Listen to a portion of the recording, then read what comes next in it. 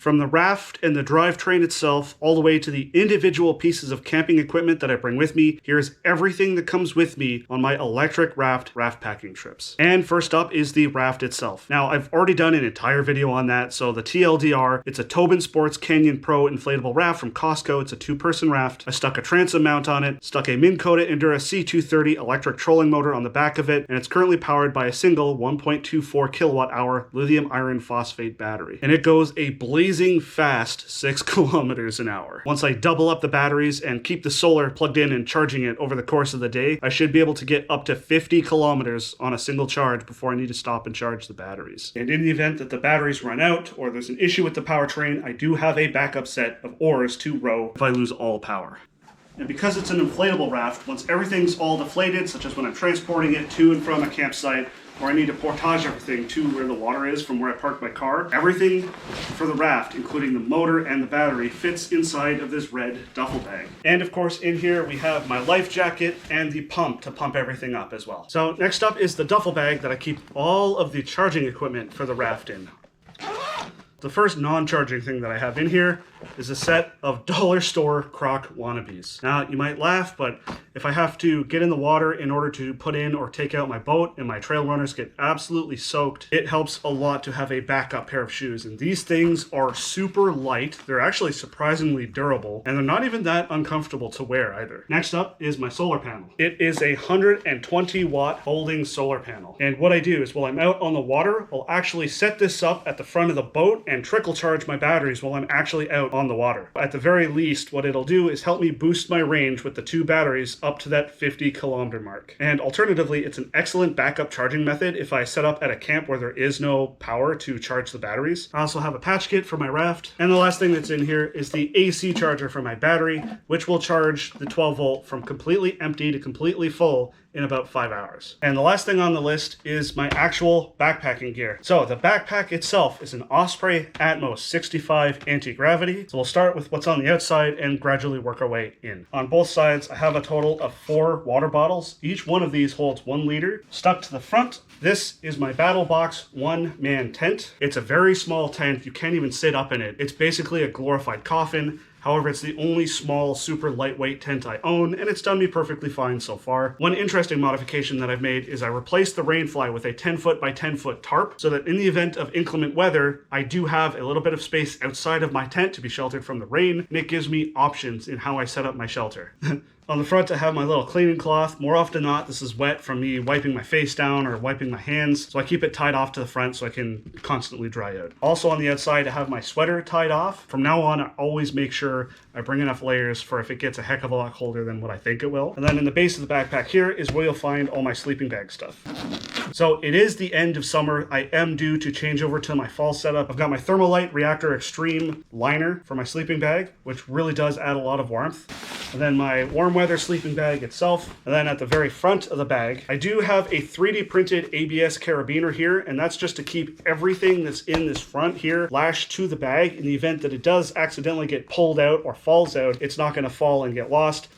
So if that falls out like that, it's still attached to my bag and I'm not going to lose it. So speaking of which, this is my Arcturus rain poncho, which also doubles as an extra shelter if something happens to my primary shelter. And I don't have a proper pack liner, and this is big enough to actually come up and over top of my bag while I'm wearing it to keep me and my pack both sheltered from the rain. For water purification, I've got my Katadyn BeFree with a 1 liter bottle. I've got sunscreen. I've made mistakes in the past where I didn't have sunscreen in here and have paid for it, especially in months you wouldn't think that you're going to get sunburned like April. And of course in here I've also got bug spray, since here in Ontario, especially during the summer months, our bugs like mosquitoes and black flies get absolutely insane.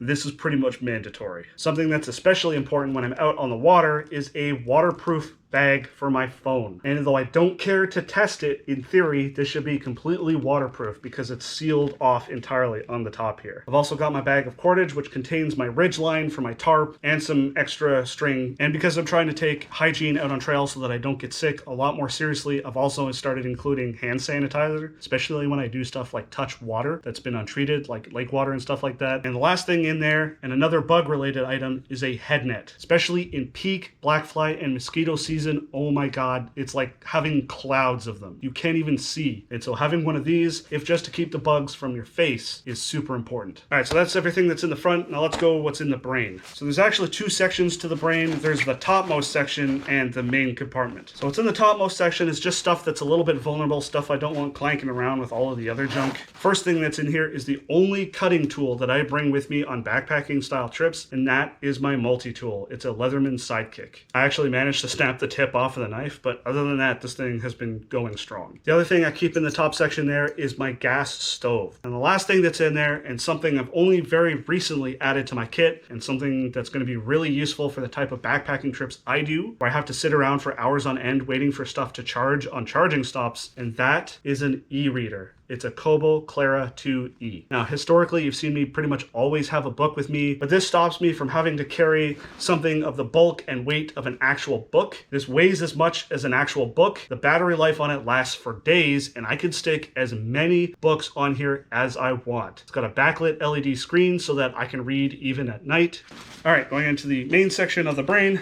I've, of course, got toilet paper and wet wipes, for the obvious. I've got my outlet splitter in case I need to plug in my phone and everything else to charge while I'm also charging the battery for my raft, and there's only one available outlet. Something like this is only a couple bucks, doesn't weigh all that much, and for these types of trips where you're riding on an electric rideable, it is very, very useful to have. I've got my titanium spork antiperspirant so I don't stink, or at least can reduce the amount of stink that I have. I've got my Walmart special headlamp. I could probably get something that's a lot lighter and lasts longer, but this has been doing me perfectly fine. It takes 3 AAAs, and I've got a USB charger to charge up the nickel metal hydride batteries that I have in here. I do have a paper map backup of all of Ontario. I've got my fire starting kit, I've got fire starters in there, I've got a lighter, and I've got my ferro rod. And just as a tertiary emergency third backup option for starting a fire, I do have a tiny little book of matches. And just stuffed in there is some emergency tablets for water purification, just in case any other method I have fails. These are horrendously out of date. Yes, these are the exact same ones that have been in my kit since the very first video that I made. And of course, I've got my dental hygiene kit, a toothbrush, small thing of toothpaste, and some floss. All right, that's everything that's in the brain. Oh, now finally we start getting into what's in the main compartment. But before we do that, we have my sleeping pad. During the 3 seasons where it makes sense, a foam sleeping pad just makes way too much sense, because setting up your pad to go to sleep takes all of 3 seconds. This is the Therm-a-Rest Z Lite SOL. It's pretty lightweight, packs up into a really easy format that I could stick on the top of my bag, and it also doubles as my sit pad, so I don't have to have an extra piece of kit in my gear for that. First thing at the very top of the main compartment of my bag is my puffer jacket.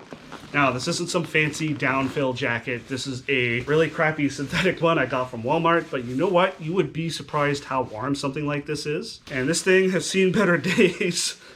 This is a big rip. This isn't the armhole. This is a rip. And sometimes when I'm putting my coat on, I'll accidentally stick my arm down the wrong section and stick it in between the liner of the sleeve. In here, I've got my toque. Shout out to anyone who recognizes what game this is from. And I've got my ultra-light backpacking gloves. Now, these things are not meant to be anywhere close to campfires, but as you can tell by all of the duct tape repairs that I've made, I've had them close to campfires on many occasions. These things are super lightweight, or at least they were before they doubled in weight from all the duct tape on them. This right here is my little cookware stack.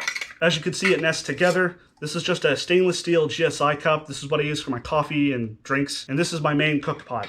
It doesn't look like it now because it's been tortured to hell and back, but this is a Stanley stainless steel cooker, complete with lid, and you can see where the tab has melted off. And stacked inside, I've got not one, but 2 gas canisters. I'll use one until it's depleted, and then switch over to the other one, and at my earliest convenience, I will swap out the empty one for a fresh one. Now, stainless steel is a little bit heavy. Ideally, in the future, I would like to replace this with a titanium set, so that's a little bit lighter, but for all intents and purposes, this does everything I need it to do. I'm not gonna fix what isn't broken. Next up in here is my little electronics kit. Everything that's in here is everything I use for keeping my electronics and my batteries charged. I've got an absolutely massive power bank in the form of this Anker. This thing holds, I believe, 26,800 milliamp hours. In here, I've got a little 3D printed container made out of ABS that stores my extra AAA batteries. These are the batteries that go in my headlamp. I've also got this universal battery charger. This just slots into a USB port like so, and I can charge my headlamp batteries. And then the last thing I have in there is just all the cords for charging the battery bank, charging my phone. One of the last few things in here is my clothes bag. Got a set of base layers. I've got an extra set of boxers, and I got 2 pairs of socks and a pair of gym shorts. sports. And when I'm camping, I don't take a dedicated pillow. This actually serves as my pillow. Oftentimes what I'll do